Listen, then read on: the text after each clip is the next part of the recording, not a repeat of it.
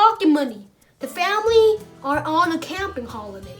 Will Dad plan to get everyone to share the job's work, or will things go wrong? Today I read a book called Pocket Money in the Oxford Reading Tree series. This is stage 8-7, and the series is created by Robert Kunt and Alex Brickda. Let's go right into it. Dad wanted a meeting. I have had a good idea, he said. Chip groaned. I don't like the sound of this, he said. Dad had a big piece of paper. I don't like the look of it either, said Biff. It's no fun on holiday, went on Dad, if Mom and I do all the work. That's true, said Mom. There are still lots of jobs to be done. This is where my ideas come in, said Dad. This is the pocket money chart. Biff, Chip, and Kipper looked at the chart. It had their names on it next to a list of jobs. The idea is that everyone has to help, said Dad. It's brilliant. But why is it called a pocket money chart, asked Kipper.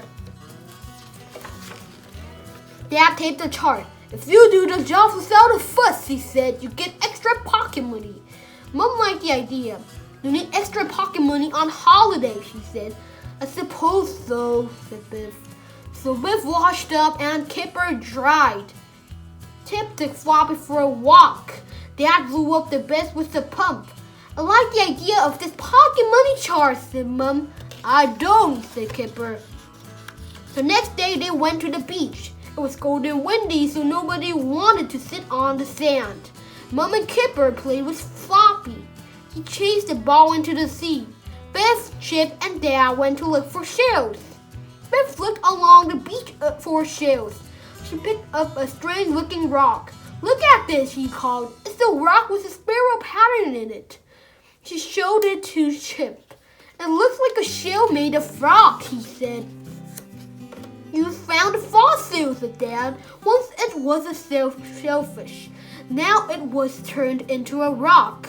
They showed it to Mom. It's millions of years old, she said. Millions of years, said Biff. That's amazing. They all began to look for fossils. She found a broken one. Biff looking for fossils. She wanted to find a really good one. It's time for supper, said Mom. Come on, let's go back to the campsite. On the way back, they stopped at a shop. Biff, Chip, and Kipper had time to look around. The shop sold all kinds of things. It sold shells and beach toys. Kipper wanted to buy a boat. I haven't got enough pocket money, he said. Biff saw some fossils for sale. This one is amazing, she said, but it's very expensive. Well, it's millions of years old, said Chip. I'll need the extra pocket money to afford this, said Biff. Back at the camp, Biff had an idea. Out of everyone's job, she thought. I can get all the extra pocket money. She told Chip would wash and dry the dishes. Good, said Chip. I hate drying up. Kipper had to take Floppy for a walk around the field. He had to keep Floppy on a lead. I'll take him if you like, Biff said to Kipper. Kipper was pleased. That's good. I hate that job, he said. Dad saw Biff taking Floppy for his walk. What's she up to, he wondered. When Biff came back, he asked her why she was doing everyone's job. Biff went red. I want to earn all the extra pocket money, she said. I'm sorry, Biff, said Dad. I'm afraid you can't. You all have to do the jobs, not just you. But Chip and Kipper don't mind, said Biff. That's not the point, said Dad. The idea is that we share the job. But I worked hard, said Biff. Biff was still upset when they went to the beach the next day. It's just not fair, she said. I did extra jobs, but I still won't get any more money. Come on, Biff, called Dad. It's such a lovely day to play in the sea.